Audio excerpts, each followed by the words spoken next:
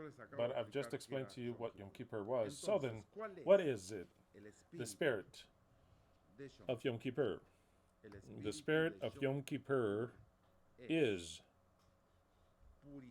purification and vindication of humanity and beginning of the kingdom of the Mashiach. Notice that the word Kippur in Hebrew, H323725, H3725 Kippur, which is translated as atonement, comes from the word H3722, which means kafar in Hebrew. And what does kafar means? Kafar means to cover, specifically with some sort of petroleum. I don't know how you call it, that black breed, to appease or cancel. How do I like it that in one word they hit the sense to cancel the sense? We don't want not even a day of forgiveness. I no longer call it the day of forgiveness because it's not a day of forgiveness. I do not want, and I hope that you also do not wish for Yahweh to forgive you. About what? I didn't offend Yahweh. He offended me. He gave me mortal life. He gave me pain. He gave me my mom and my dad. He gave me this life, which has a biological clock. To top it off, I have to ask him to forgive me. Let me repeat this again in case your mind has not acquired the concept. I will not ask to be forgiven, nor is it the day of forgiveness to ask God to forgive you. So it's not the day of forgiveness. I don't want for Yahweh to forgive me. I don't want for Yahweh to forgive us. We don't need the forgiveness of God. If I say that God has to forgive me, it means that I admit that I've made faults, and so then He, within His love, just overdoing Himself, bending over backwards for us, says, "My son, I forgive you." But if a person that you haven't done anything to comes and tells you, "I forgive you," the least thing you can tell them is, "What are you forgiving me about, you son of a bitch?" Just at least to keep it low. What the fuck did I do to you for you to come and tell me so proudly in your high horse, "I forgive you"? Forgive me of what? So then he could say, "Well, you did this, this, and that." Or he could say, "No, actually, you didn't do anything." So then, let me ask you, what did we do to Yahweh? What did I do to Yahweh? Nothing. What did humanity do to Yahweh? The answer is nothing. Just like that, nothing. The one that could receive some sort of forgiveness is Him. It would have to be the day of forgiveness towards Yahweh. Not towards man, but forgiving Yahweh. And that is if he does everything the way he should.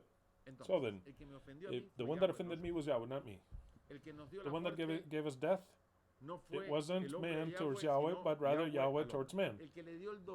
The one that gave pain towards women, it was Yahweh, not women towards Yahweh. The one that made us work with the sweat of our brow,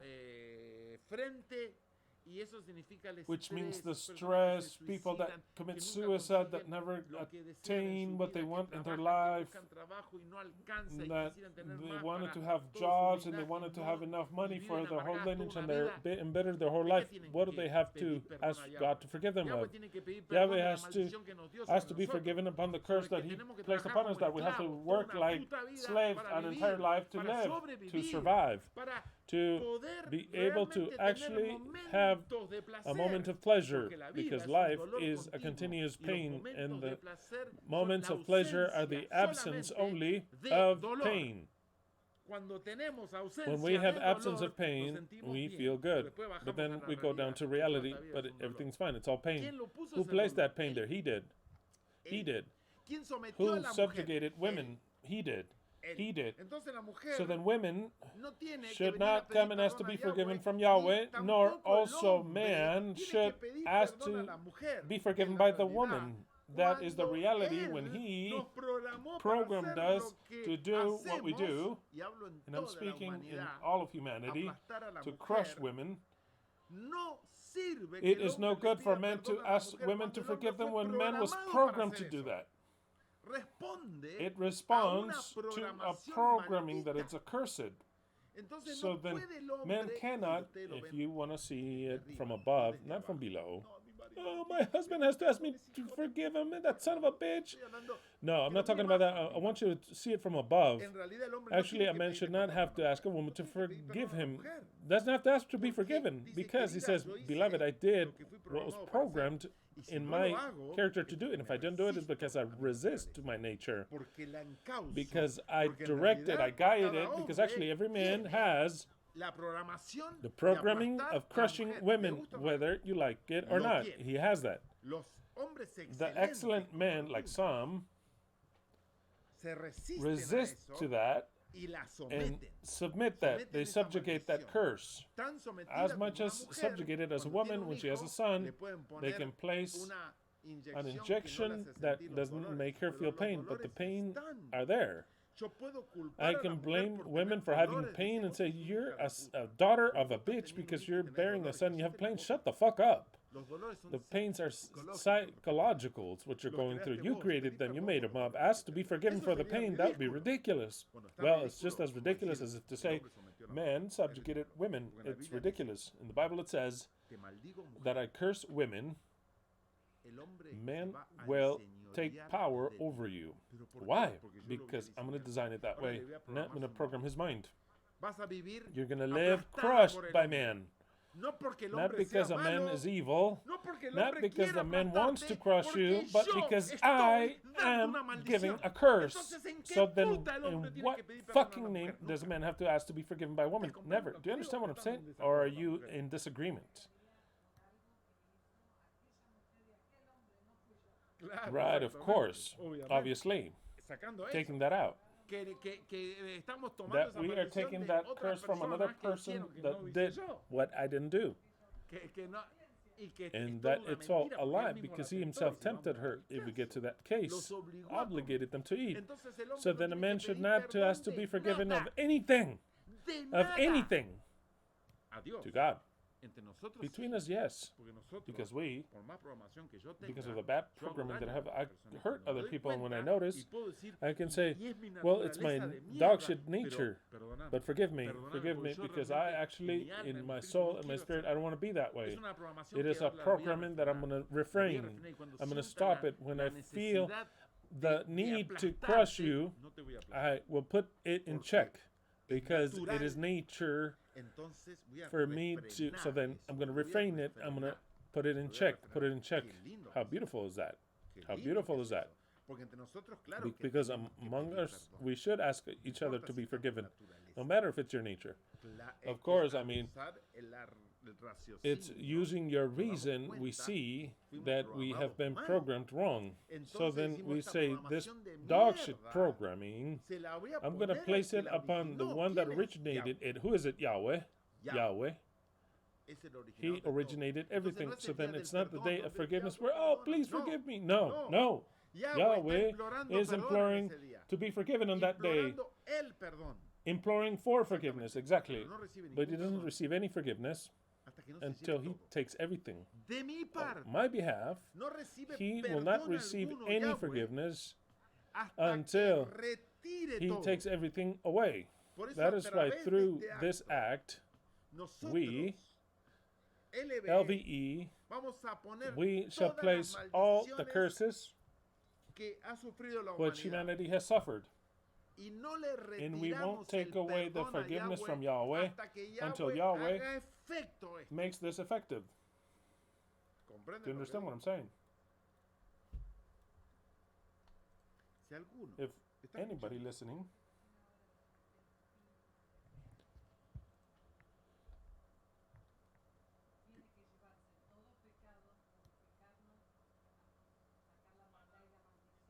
in order for us to forgive him, Exactly. Exactamente. Or Si no, else I si no, can't yo forgive no lo him. perdono.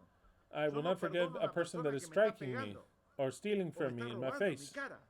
When he Cuando stops me deje stealing de from me robar and y gives me me devuelva things las back, then I'll cosas, forgive you. entonces te perdono. Do you understand? ¿Me entiendes? Because if he says, Porque si me dice, forgive me, and he's perdóname, still y me stealing está to my robando en mi face, cara las cosas. says, forgive Dice, me, perdóname, and he's y se taking lleva the las things. cosas. Forgive Perdóname, me, y te and doy una strikes you. cachetada. Forgive me, Perdóname, another strike. otra cachetada. No, stop. No, pará. I No won't te forgive perdono shit. una mierda. What do you mean? Dice, No. ¿cómo No, no? I won't Si no te forgive him. And he comes and says, Cuando viene y please dice, forgive me. discúlpame, Tell the truth. la I will verdad, never no do it robo again. nunca más. And Y todo everything lo that I que hurt queda you a mí, with, te I'll lo give it devuelvo. back to you Todo. and make it up to Tengo you la because I have the capacidad de capacity to devolvértelo. do so. To top Y it off, encima he me steals roba and y has tiene more más cara money. que yo. Steals? Me roba. Do we agree Estamos de that acuerdo Yahweh que has Yahweh more tiene of a más capacity capacidad and money dinero and y power potestad y than poder all of que the toda la human race raza put humana together? junta. Then Entonces, everything todo that he lo que took nos away from us, quitó, he has to give nos it lo back tiene to que us. devolver. Integrally. Para And barely then recién we que say, okay, nosotros then we digamos, forgive ok, you. te perdonamos. Y And we entendemos tu get plan, your plan. entendemos tu We plan. understand Pero your plan, no te vamos a but will perdonar, not por más forgive you. entendiendo el plan, no te Even vamos if a we understand the perdonar plan, we won't forgive hasta you que no reintegres until todo. you No te reintegrate vamos a everything. We will perdonar not hasta forgive que you no me des vida until eterna, you porque give me tú me la eternal life sacaste. because you take Me it la away from me. sacaste. You took it away. Y no te voy a And I will perdonar, not forgive Yahweh, you, no te Yahweh. voy I a will not perdonar forgive you hasta que no me until devuelvas you vida give me eterna. back Cuando yo eternal tenga la vida eterna, mi life. Padre, y Once I sienta, have that in my y power and I nada me feel puede that matar, nothing can que no kill me, puedo that I morir. cannot die, Entonces digo, then I'll say, okay, hiciste algo you bueno. did something good. Ahora sí te perdono. Now I'll forgive you. Ahora sí te Now I will forgive you. ¿Me Do you entiendes? understand what I'm saying? Esto no es This is cristianismo, not esto no es Christianity, it's judaísmo, not esto es la Judaism, verdad this is eterna. the eternal truth. Esto es la verdad This is eterna. the Y la eternal truth. palabra And the word kafar kafar significa means cancelar. to cancel. ¿Cancelar To qué? cancel what? Lo que What Yahweh nos Yahweh hizo. did to us. Significa It means to purificar, purify, significa it means to reconciliación, reconciliation, significa it means reconciliar to y reconciliate satisfacción. and satisfaction. Entonces, So then, la palabra the word kippur keeper significa means the la cancellation cancelación of the de las maldades, wickedness, del mal, of the de todas evil, las of all the maldiciones. curses. Por eso That es is tan why it importante is so important que entendamos that we esto. understand this. Mientras tú en tu As mente long as you, tengas in la your mind, idea you de have the que idea that te tiene Yahweh que has to perdonar a forgive ti, you, no puedes ser parte it de cannot un be a grupo part. You que le cannot be a estamos part of a echando a group that is Yahweh blaming la Yahweh culpa diciendo no te and saying, "We perdonamos, don't forgive you no te perdonamos forgive you hasta que no nos devuelvas until lo you que give nos us back what you sacaste. took from us." Y nos sacaste no solo And a you took from us nosotros, not a la just humanidad from us, but entera. entire Queremos que humanity. nos devuelvas la We vida. want you to Hay return us life. billones There de are billions personas of muertas dead people, y queremos que and nos we des want el you to give poder us the power para resucitar. to resurrect them. Queremos que nos des la inteligencia y todo lo que puse en el documento. Everything that I placed in the document to let us do our job in the best way possible. That's what Yom Kippur is. It's marvelous Para los que lo for those entienden. who understand it. Y quieres ser parte de And do you want to be a part of this? firmar. Then you have to sign. Firmar To de la sign mejor in the forma. best way Yo te possible. lo corrijo I'll correct it for porque te you equivoques. in case you make De a la mejor mistake. forma. The best way possible. Porque tu firma Because va a your quedar en un signature will be left documento in a histórico, historical en un document, documento in a marvelous maravilloso, document, en un in a documento document que va a that ser will be leído read por las by generaciones generations por las on eternidades, end. porque el Mesías, For the para el Messiah, ser humano, for va a humans, ser will be Dios, God, el Dios the God, Salvador the Savior de ellos. of theirs. Y después va a venir And will el later Dios come the creador. creating God. Te voy a leer la I will read the declaración declaration para todos aquellos for each and every que one no of la you escucharon, that y have para not yet los que heard, and for those that escucharon heard y la and tienen, have it, leerla de to nuevo. read it again. Declaración y Declaration and Decree, LVE, Yom Kippur, 2024. We, La verdad the eternal eterna. truth. En este 10 de On this Tanim, 10th of Etanim, Yom Kippur 2024, with full authority and with full knowledge of this cause, through this act in fulfilling the feast and prophecy of Yom Kippur, point number 1, of which it's 7, we declare and we decree that through this act, Yahweh, to take away everything He has granted to the beast, Babylon, to the powerful of this world, its power, its dominion, its authority, and its throne. Revelation 13:2. We declare and decree that through this act Yahweh summons the Son of Man to anoint him, to make him Mashiach, the Elohim of justice, and that Yahweh will deliver to the Mashiach dominion, glory, and kingdom, so that all peoples, nations, and tongues may be vindicated and purified, so that they may live. May his dominion be an everlasting dominion, may it never end, and may his kingdom never be destroyed. 3. We declare and decree that through this act, The la blood sangre of de Yahweh will enter algo que nunca something which has sucedió, never happened entre. to enter Y la sangre de the Yahweh blood of divina. Yahweh, the divine one. Absolutamente. Absolutely. Es como un bálsamo. It is like, Es la vida eterna. it is eternal La life, the real, real one. no la simbólica. Not the La symbolic real, one, the real one. La The naturaleza genética genetic de nature Yahweh. of Yahweh.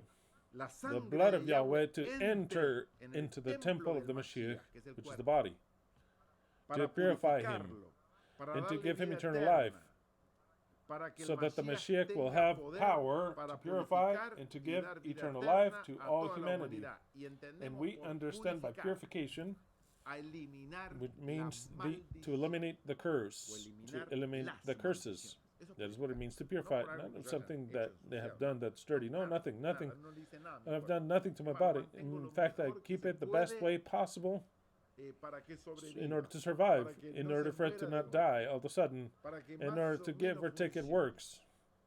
But Pero está it arruinado, is ruined. está It is maldecido. cursed. Entonces, So then, cuando when yo I digo say, purificar, when I talk about me refiero a purifying, I'm referring eliminar to maldiciones. eliminating Todas las curses. All maldiciones que the nos dio, curses that he esas placed upon tiene us, que he has to eliminar eliminate todas. them, all of them. Y la sangre And esa that blood debe must eliminar eliminate todo. everything. A eso And me that is what refiero de I purificar. No am van a talking pensar about when I que say nosotros purified. Don't hemos think that we ensuciado have el cuerpo dirtied this y body and we necesitamos need to be purificarlo. purified. No, Volvemos al we punto get to uno. point number one. Tú necesitas que You te need to be perdonen. forgiven. No, No, yo no necesito que I me don't need to perdonen. be forgiven. Yo I quiero want to perdonar, forgive, pero para but in order to perdonar forgive, tengo I que have to receive la the restoration de lo que of me what was robaron, stolen de from lo me, que me that was sacaron, taken lo from que me, con lo que me with what I maldijeron, was que cursed no with, tenemos nada que that we ver. have nothing to do with.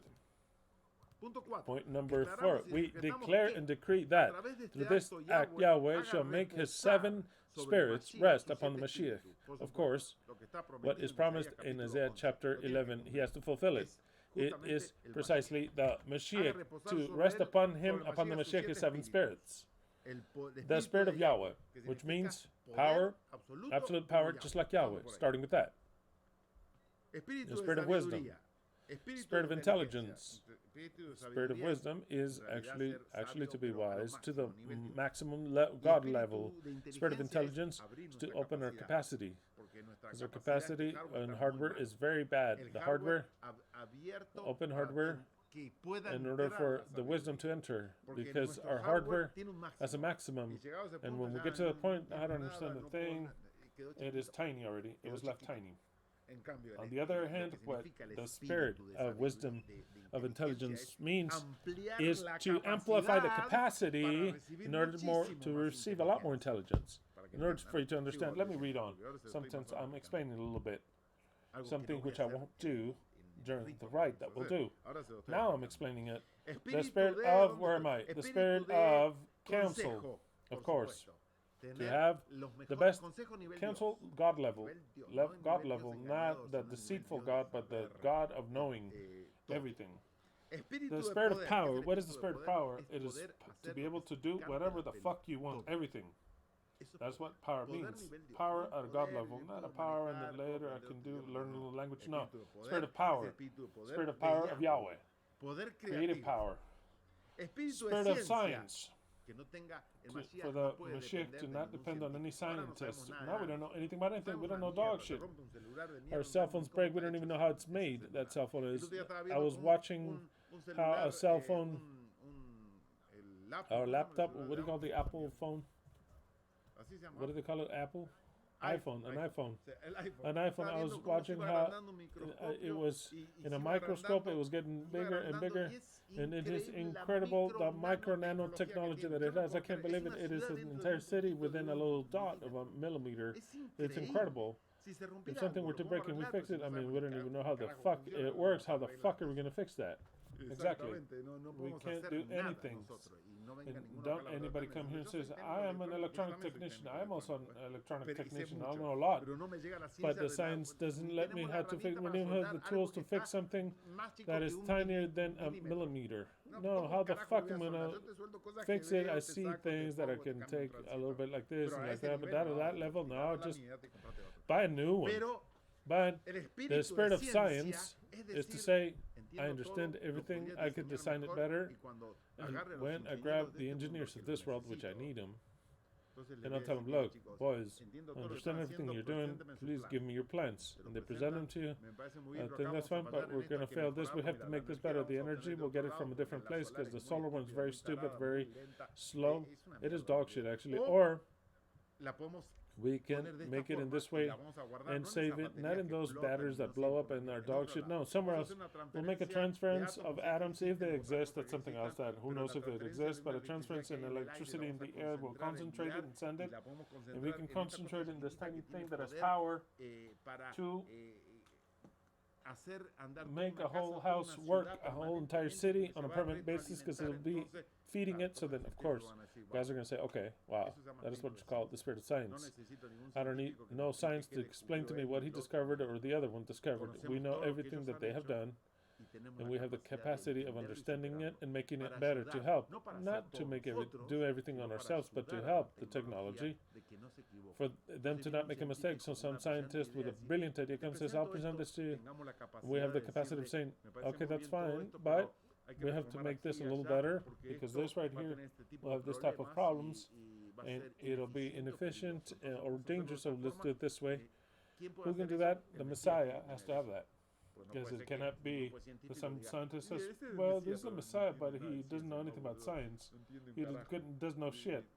Let's do something that even he doesn't understand. Look, we'll give you something that not even he understands. No, the Messiah has to know more than the rest in every aspect from all the fields. So then, he needs to receive the spirit of science from Yahweh, which is superior to everything that humans know, because he created everything.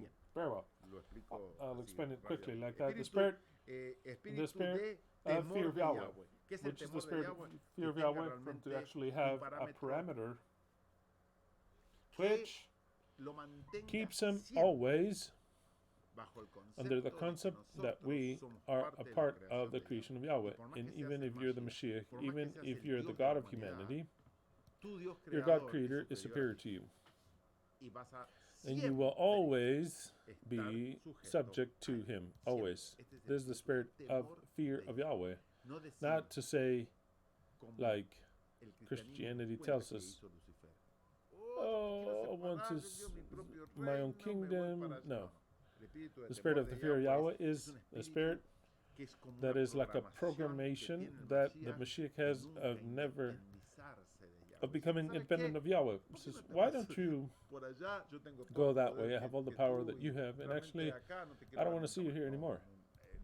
No, the Mashiach doesn't have that. The Mashiach has, even if you hear the words that I speak, which are necessary, the Mashiach has the greatest love and respect for Yahweh, and that is what a spirit is, and that spirit will always be had by the Mashiach. So then Yahweh is telling you that he will have it. Very well. Moving on to the fifth point, which is impressive. I'll read it quickly. I could have added many more things to it, but I added what I had an inspiration to do so in different times. So then for me, it is very complete. I could have summed up all wickedness and evil, but I put specific points. Into that, you can add all the wickedness that exists. We confess and declare and decree. That confess is not that I confess that I have it, but I confess it upon his head. That is what it means, to confess upon the head of Yahweh. We confess upon him. He is to blame. That is what I confess. I confess that he's to blame. That is what I confess. I confess that I am innocent and that he is to blame. That is what I confess. We confess, we declare and decree that all evil, all iniquity, and with that, that's all evil. That's it. It's enough. But I wanted to put different points so that it can be notable. All iniquity, all rebellion, all injustice, all pain, all sin, all lies, all deception, very similar things. But I really wanted to place words there. All wars, that is so clear, all wars. All sexual, moral, or physical violation, completely. We haven't violated all our lives. Now, it doesn't need to be sexual. Morally, completely, the religions would violate us every day, forward and back. And they would make us eat their religion and doctrine, and to accept it, and to say, you like it. Open up, because I'm going to give you what you need. complete moral violation, just like sexual one, by our parents, education, the government, by the Bible, by Yahweh, by everything. It's all summed up in this. The sexual, moral, or physical violation. It's more than clear. All abuse in every aspect, starting with the word ab, father. Ab, our ab, the word abuser takes from the Jewish word ab, because the first abuser has always been the father. The greatest abusers have been by the father, and that's the way everything has started. The abuser has always been the father. And when it's the ab, it means father, grandfather, great-grandfather, whatever is ab is father, father, father, father. The abusers are not the children, it's always the fathers, it's always the fathers. That is why the word takes off with the word father. The word abuse, understand that clearly. Those that are from the eternal truth understand it. The word abuse starts with father. The father is the abuser. And when we take that to the fathers, the religious fathers abused us. The religious fathers, that is why they say they're the founding fathers, the religious fathers, the ancient fathers. Look at what they say, the fathers that have abused you your entire life, but the greatest abuser of them all is these people here. This character here. The father, the father, the father. And it says it right there, you are sons, your father is the murderer and the liar from the very beginning, father of lies. Wow, that one. So then the one that abused us from the very first instant that abused Adam and Eve was called our father, our sacred father. Ab, abuse. Remember that ab, father. Every time you say abuse, it's first father, always. Moving on. Where was I here? Where was I? All abuse. Starting with Yahweh. All murder, of course. All slavery, mind you, of any type. Real slavery, the one that they would enchain you to work. Wow. Who is to blame? Yahweh. But, of course, in Israel, the laws existed of slavery. I've told you that in America they would defend slavery with the sword, with the Bible, of course, because the Bible says you can have your slaves. Take your slaves and your sexual slaves without any problem. The Israelite could have sex with all his sexual slaves, and their sons were slaves also. Tremendous. Forget it. Every abuse, all murder, all slavery, every affliction, all rebellion, every affliction is all plain, all disasters, all the suffering, the word you want to use here, all religion. I loved it. All religion. No, that of Israel, no. That of Israel is the main one. The Christian one is the second lie. They're all lies. Lies. The Christian one, a lie. The Jewish one, a lie. The Islamic, non-existent, a complete lie. The rest, the same lie. So then, is there a true religion? No, none. Just like that. None, except for the but that's of course.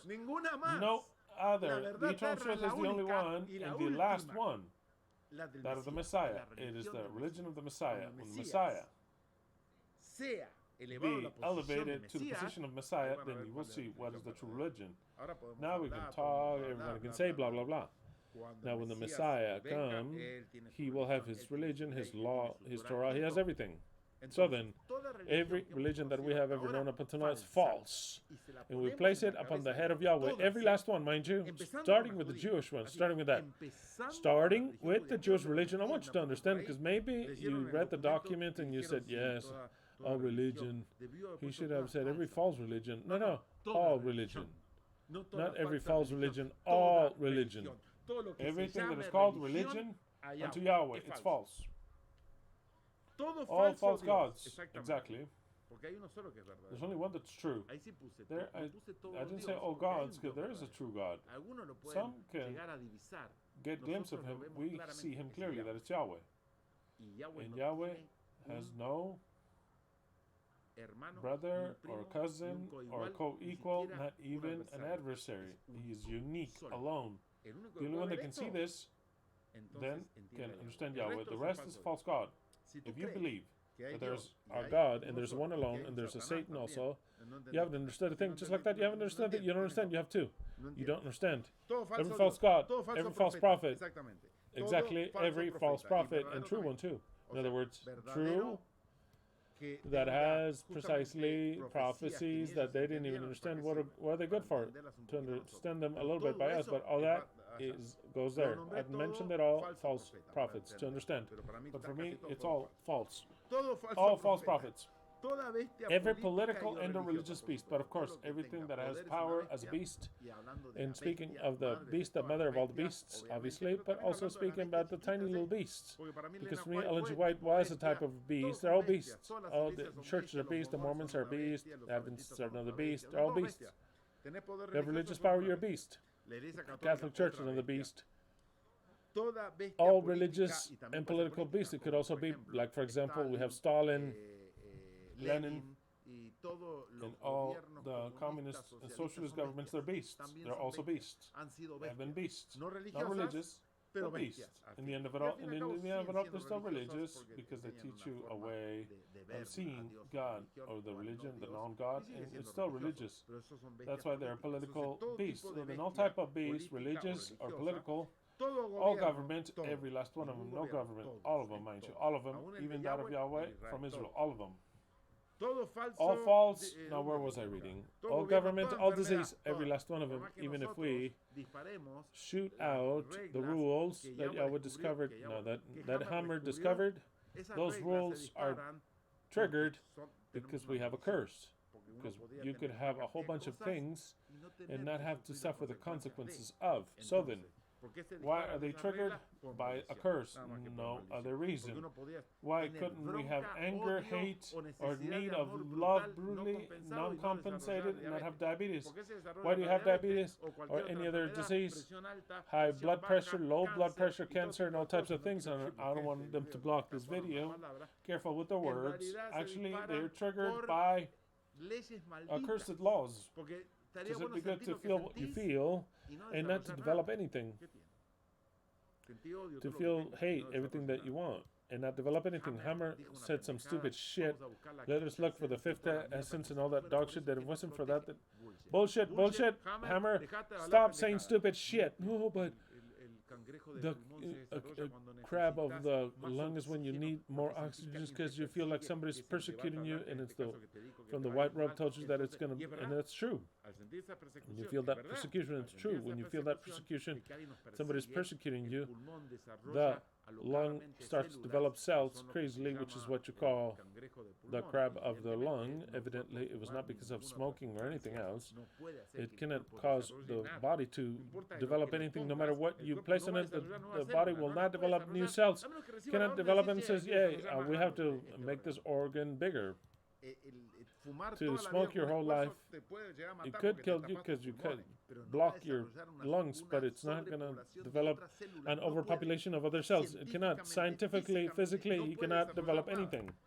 What it could do is to cover your things, but it cannot develop excess or the cells to go crazy. It cannot do it. The cells only grow when the brain says we need a bigger organ, and that is true. That is what Hammer discovered, but that stupid shit is to look for an explanation of that. To say, well, it happens that if it wasn't because if you don't develop those things, then you can die. No, that's a lie. That's a lie. You should feel all the anger in the world, not develop anything, nothing, and the lung to continue to act completely, exactly. I could have the need of having a son imperiously and not to have the testicle to grow.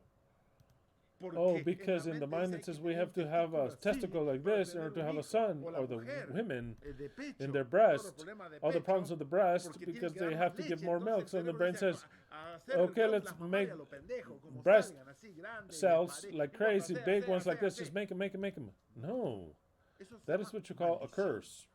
No fucking fifth essence of Hammer, nothing, zero. Take that out. What the fuck is that? Do I blame Hammer? No. The Mr. Master Hammer tried to give it a logical explanation about curses. And the curse is a curse, period. What do you mean the fifth essence of anything? What fifth essence of dog shit? So then everything that they teach, because there are many that, there are many people that you don't understand, no, but they listen to me, and they are masters that you didn't even know them from New Germany. I'm going to stop teaching the fifth fucking essence. It explains what cannot be explained. It is a curse that you either do this, and you're going to do that. You have to do the contrary, which is to subject yourself to those iron laws of hammer, or else you're fucked. You are fucked. Moving on. But it happens that I've advanced way past hammer to other types of a mind. I don't just stay in one thing and I hold on to that, and that's where I'm from. No, more than this, we can. Hammer has the last word. No. The last word is what I have in everything. Look, in everything. That's the way I am. Okay, moving on. Where am I? Okay, I was in. Okay, this is where I'm at. I'm explaining. Let's see, every sickness, every natural disaster, I mean, don't even mention it, every natural disaster, from a destructive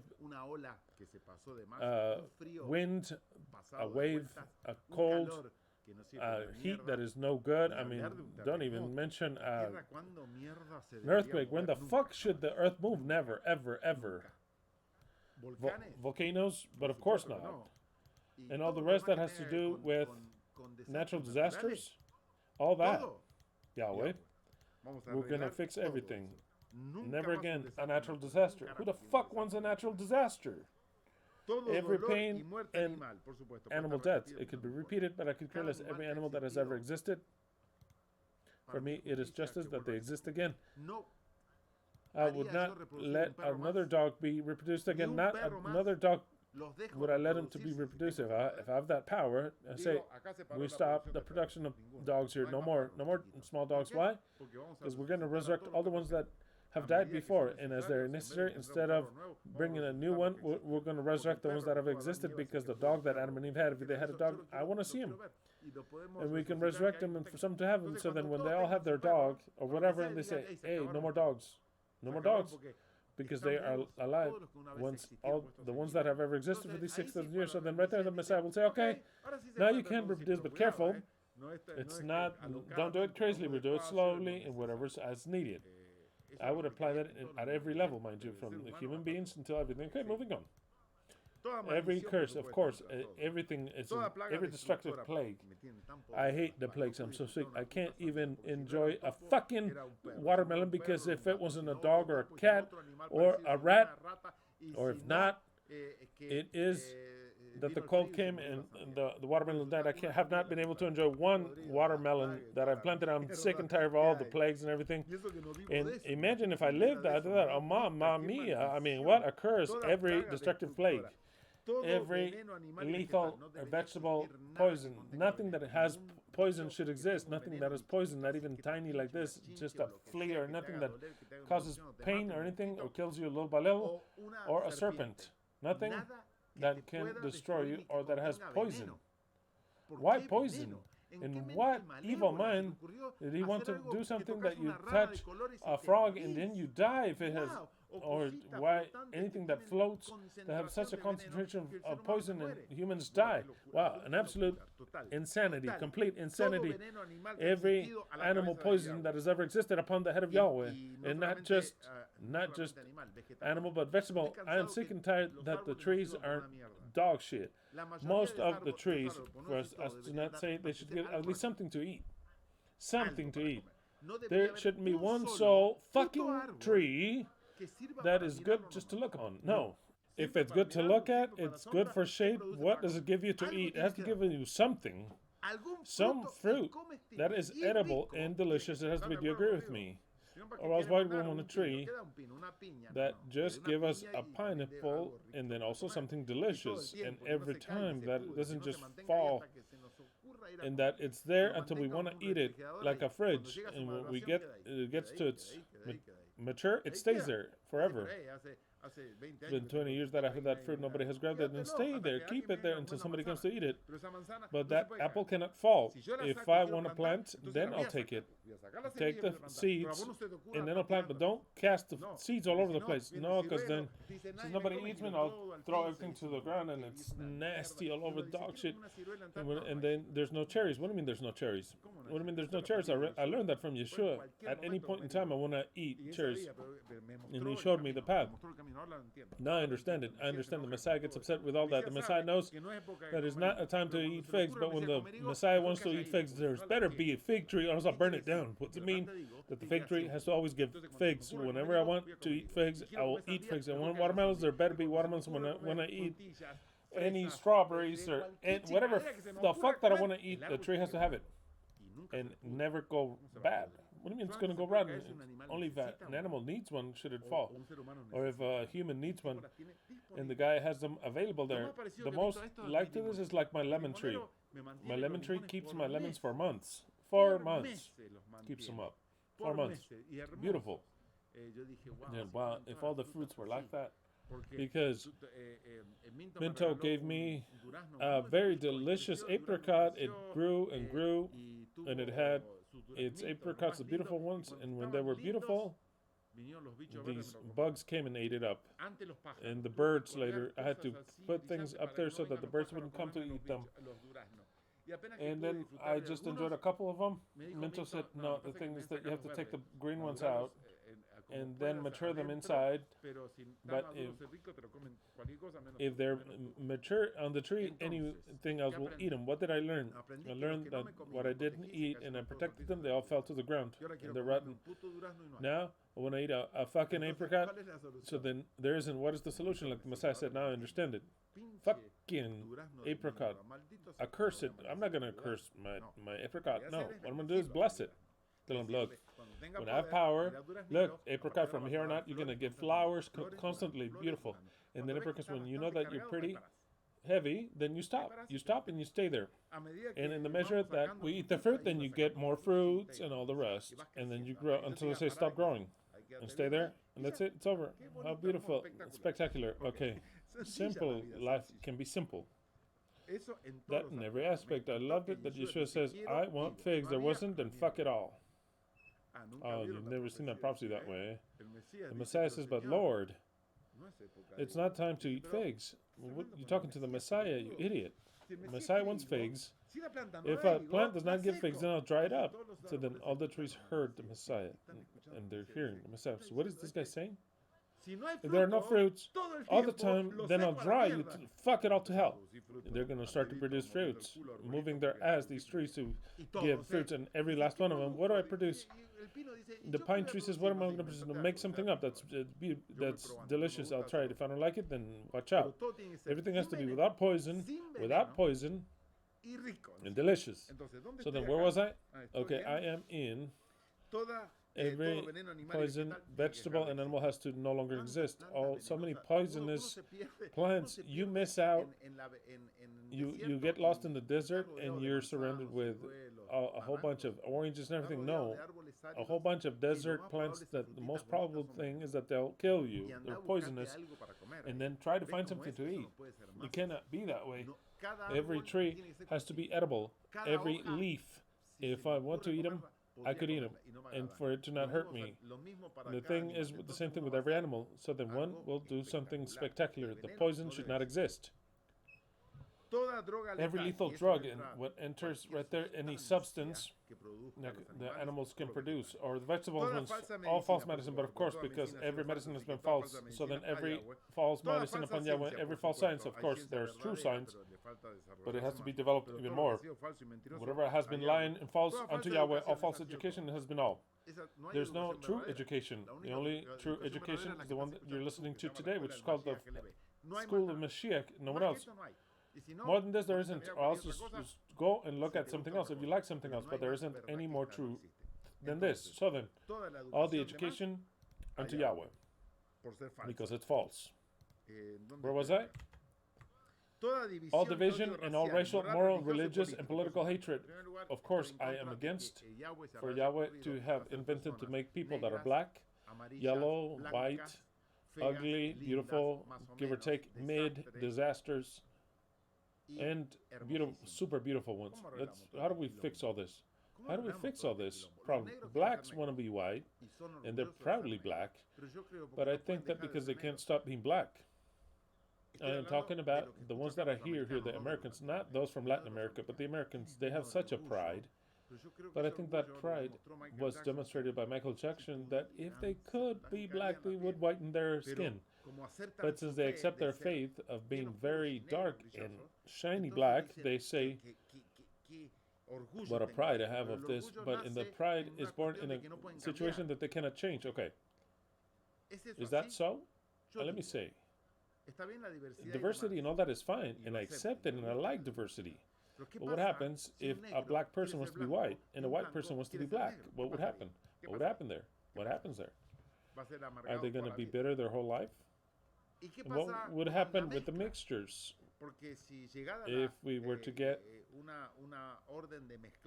a command of mixing everything like in a blender, then the product will be, if we have mixed for so many years for all eternity, the product will be only one race.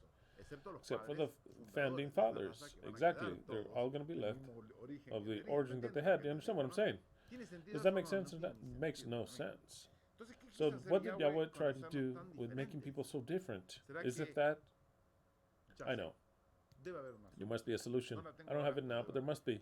But I believe that everyone will change the way they want. One day you can look black, and the next day you can look white. Who could tell you anything? The thing is to change. The thing is to change. So then there wouldn't be any more division. Just like one day you dye your hair, one day you can become black, and then you can become white.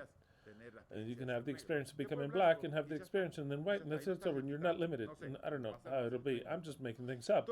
Every division and racial hatred has to change. All those things have to change. It's not the subject here that they have to change. It's all Yahweh is to blame.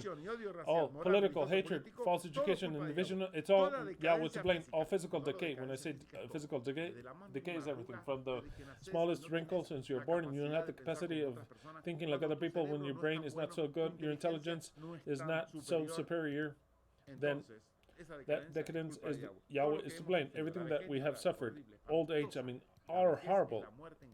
It kills you in slow motion. Who's to blame? Yahweh. Can it be forgiven? No, until he takes that away. As long as he does not take that away, he won't be forgiven, because all the things he cannot be forgiven until we can. Tiredness. Who wants to be tired? It's horrible to be tired. One thing is to feel just a little bit of some fatigue of something. I don't know if it should exist, but to be tired, no. Handicap, no. And no aspect, I'm talking about mental, physical organs of anything. Handicap is handicap. Every division of languages and tongues, I care less about a world where there's all the languages and tongues, because Yahweh, what he tried to do in this earth was division. When we saw that we were too united, he's like, oh, they're so evil. Who's gotten Nimrod, that son of a bitch? They're going to do something. They go against me. No. I cannot allow this. I'm going to go down and divide them. How do I divide? Well, I'll make up the phrase that says, how was it? That phrase, divide and conquer. I'll make up the Masons, but up ahead, but I start to make up the phrases that will be key in certain religious groups, political ones. Divide and conquer. I'll start by dividing the tongues. Horrible. For me, it's horrible to have divided tongues. One, because I think that there are beautiful ones and other ones that are horrible. But it would be, one can see it, oh, how beautiful we're going to have. I'd like to learn French. No, I don't want to learn French. I'd like to learn Chinese, German, Norwegian, Russian. And then I say, if I have to learn it, I'll learn it. But in every language, I'm going to think differently. I don't want that. Tell the truth, it doesn't enter my mind. If Yahweh divided it, it was not beautiful. I think that the Messiah would unite everything and then fuck it all to hell. Just one tongue, the best of them all. I think it'd be better that way. And as a reminder, they can keep their fucking languages, maybe. I don't know, as history. But from here on out, just one tongue. When Yahweh divided, the Messiah unites. Yahweh says, I came to divide. I came to divide. The Messiah comes to unite. He comes to disjoin, and the Messiah wants to join. Okay, what else? Moving on. Every division of tongues, every massive destruction, of course. Massive destructions. I mean, don't even mention Sodom and Gomorrah, don't mention it. And the other three countries. And all the peoples and tongues that have ever received massive destruction, they will receive a pardoning. No, not pardoning. Vindication, massive vindication. All the people before the flood, wow, they have to be restituted completely. Okay. And this is a genius masterwork. Masterwork. I don't know whether to say it more clearly or not to add it, but it is a masterwork when you read it. Every threatening prophecy of the wrath of Yahweh to shove them where the sun don't shine. For now, start with his head. Oh, because of the wrath of Yahweh, and in the day of the wrath, I'll disappear all of you. And when it'll be the day of trumpet and day of darkness and day of death from here to there, they're going to go out weeping. And those that escape from this, a bear will eat them. And those that escape the bear, a serpent will get him. And then a serpent, and then I'll kill them with arrows. They're going to suffer like sons of bitches. And they'll try to escape. And to top it off, they're going to have a mark. What? All this upon Yahweh's head. I'll read it to you in the best way possible written. Every threatening prophecy of mass destruction and death. Spectacular. Every prophecy in the Bible. Every last one of them. Every last one in the entire Bible. Every threatening prophecy of mass destruction and death of the day of the curse upon curse upon curse. 7 points that also contradict the 7 plagues. It says I have 7 plagues, 7 trumpets, 7 seals, 7 thunders. I'm going to give one after another. The 7 ones, well, we have 7 points that we're going to place upon the head of Yahweh. And upon within those is also fucking curses. It says, a Christian that is listening to me now must be vomiting right now. Whom am I listening? Every threatening prophecy of massive destruction and death of the day of Yahweh's wrath upon all inhabitants of the earth. How marvelous. Majestically written.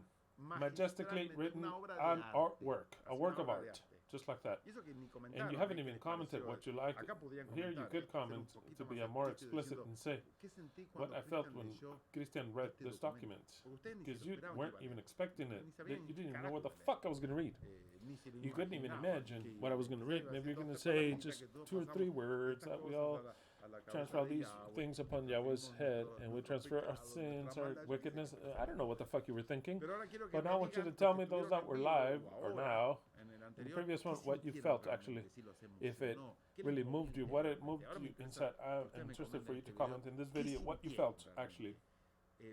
This is marvelous. I don't understand, just like that. I don't understand. And this is against all those that didn't sign up until now. I don't understand how you did not raise your asses from your seat and say, my name goes there, my name goes there. No, I'll do it later. Yeah, I'll do it later. My name goes there. Now, where do I sign? Where do I sign? Where do I sign? Huh? I cannot stop. Nobody can stop me from signing this marvelous document. Who wrote this? Who wrote this? Wow. Well, okay. I don't understand, but oh well. That's the way it is. What else? Okay, then it says so that all those that didn't do that, I hope that today you all do so. For it be today, at the end of today, Saturday, every last one of you. And there's time left. Of course, there's time left until next Saturday. But every day that passes and you wait, it's like saying, let me think a little bit, like they say in Mexico. Just let me think a little bit. Is it that way? Is it that I want? Wow, every time you think about it, is that you're saying they're not so convinced. And I want people that are convinced here, actually. Did you like it, what you read? I'm explaining it to you. Did you like what you heard? You didn't sign it? It'd be better that it be all signed today, and tomorrow I'll be adding names. If I have to add, because maybe it's only 10 that I have to add, and that's it. But when it's embarrassing, but it's acceptable. Oh yes. Some have written today that one put down declaration in secret, and people say signed. If I give you your heart, okay, now you have time to edit, okay? Right now you have time to edit what Leslie's saying. They say signed? Signed? Every last one of you that what I was speaking, this happened while I was speaking. Go and see if you wrote down signed. I'll accept it either way. That doesn't make it that you're an idiot. I said, put down I signed. I don't, not, I put I signed. In present, I am so tempted. Oh, I'm going to put I signed. No, not I signed. Not I signed. Not I signed. Just like that. It should not have an D at the end. Not that I signed, not an ED, not signed. I signed in present tense. All those that voted now, not before. Or else you're going to obligate me to put down 10,000 hearts. 10,000 hearts. Those that voted while I started to speak today. That put signed, go and fix it. Not the rest. Moving on. There's one that, for example, said, I signed the declaration and secret. Who said, give me the name. Who? Give me the name. Victor Romani Galindo from Peru, go and fix. You didn't say decree, you put secret. So then go to your declaration right now, and it'd be better that when I find the letter to give you a heart, it says decree and not secret. Who else? I mean, I'll denounce them live so they learn who wrote, I signed, who did.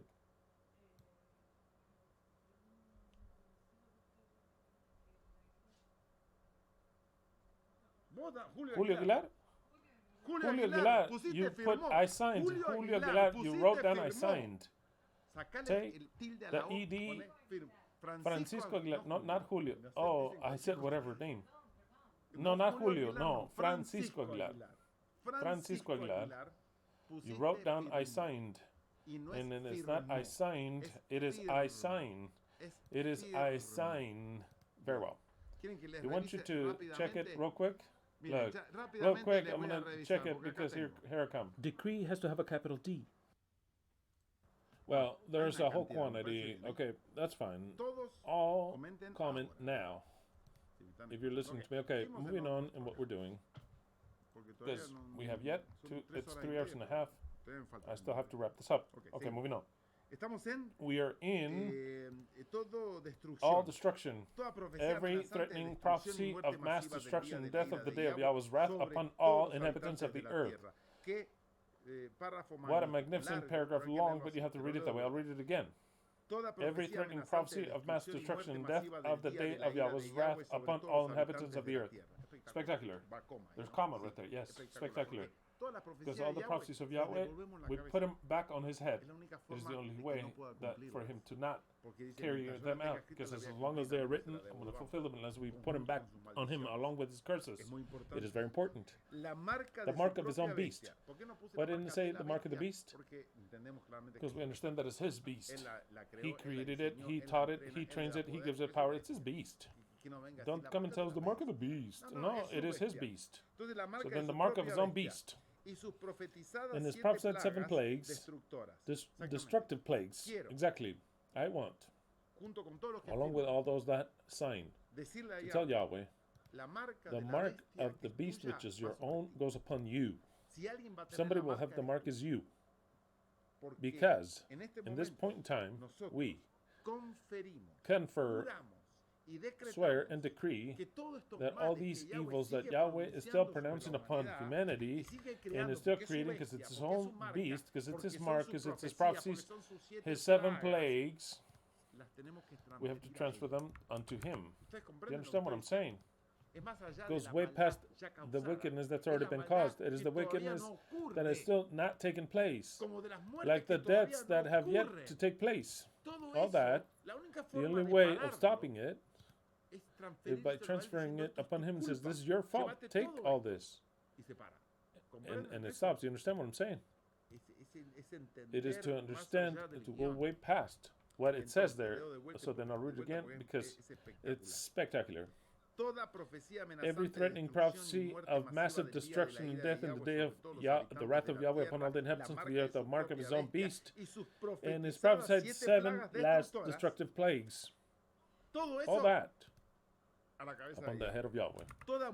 Every human and animal death in this creation.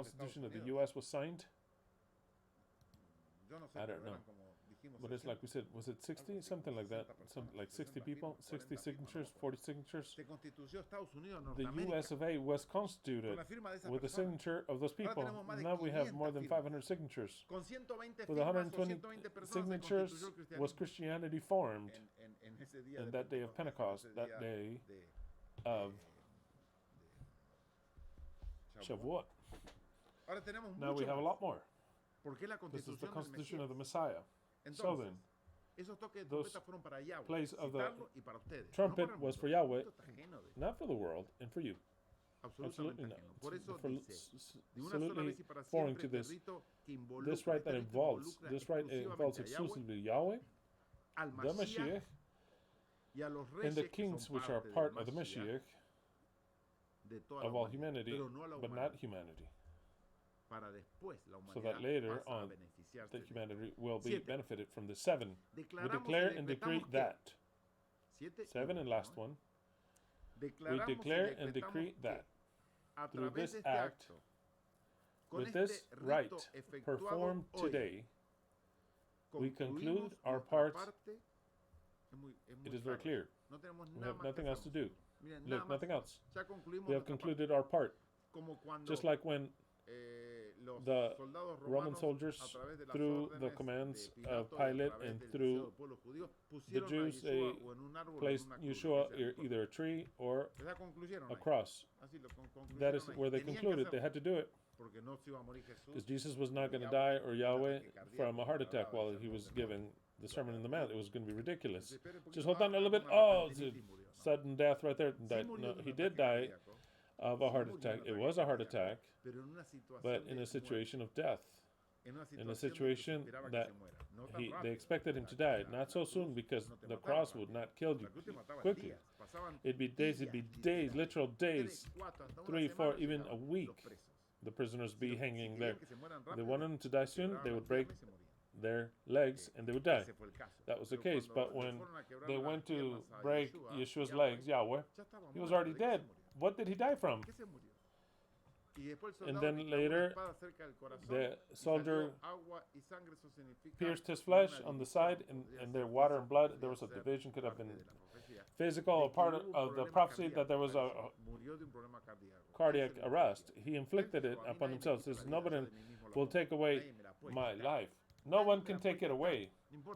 No matter if they do whatever they want, they can't take it away. So then, but they did have to, men have to do their part, and they had to crucify him. For sure, they had to. He couldn't do it. He could not crucify himself. They had to crucify him, and he fulfills his part. So then in this rite, we have to do our part. But once we do it, there's nothing else to do on our part. This is just as important. Point number 7. We declare and decree that through this act, with this rite effected today, we conclude our part. And we enable Yahweh. Now Yahweh is free to do what he has to do. Not that he can't do it, as long as we don't do this. To soon and without delay fulfill, no matter what we write there. It'll be whenever he wants. That is clear. Because he says, I do what I want. That's fine. But we also do what we want. And we will do it in this Yom Kippur, because that's what we want. And never again. So then we want it.